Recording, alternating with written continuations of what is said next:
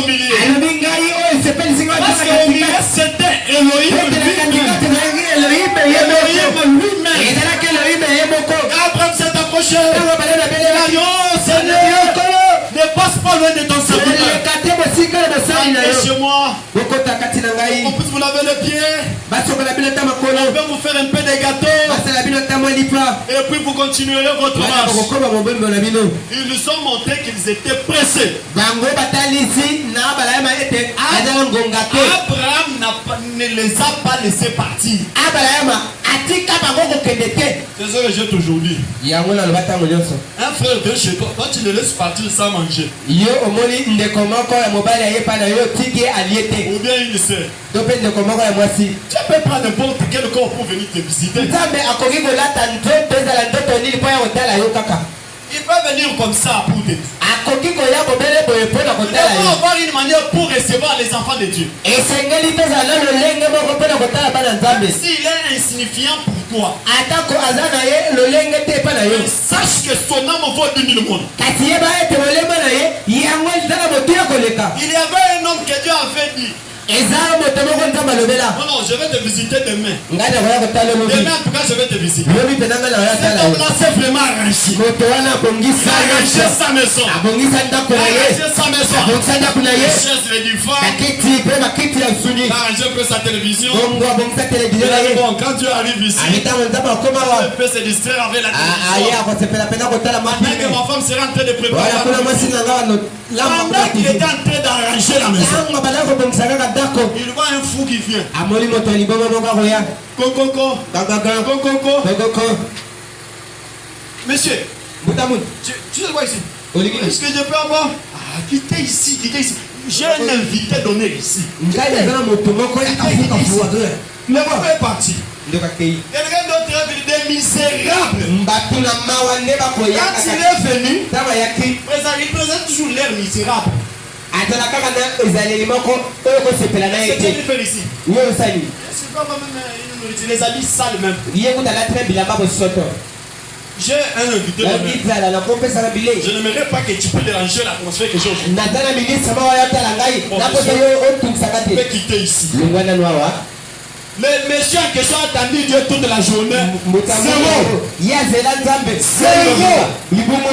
son sommeil. Quand il prie, Dieu, je t'ai attendu toute la journée.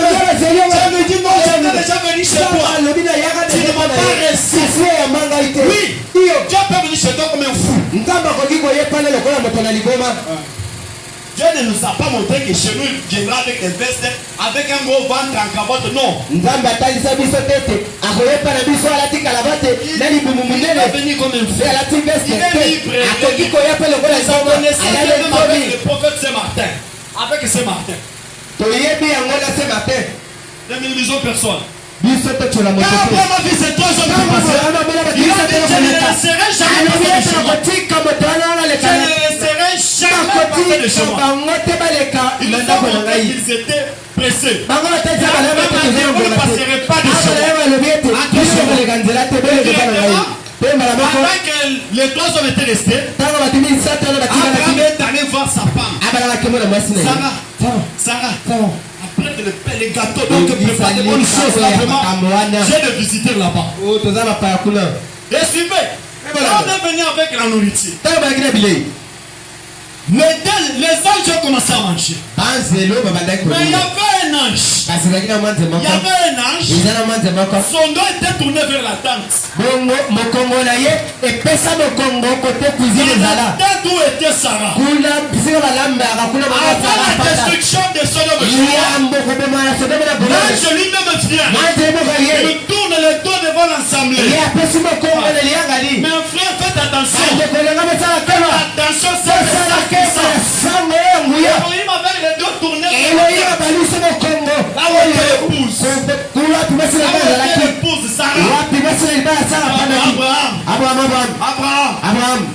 Je constate que tu n'as pas d'enfant. Mais l'année prochaine, je reviendrai. Et Sarah, ta femme, te donnera un enfant. Sarah là-bas dans la tente. Il dit, elle a ri. Sarah Ngwenyaki. Quand Sarah arrive dans la tente, il y a certaines fâchées qui voulaient frapper Sarah.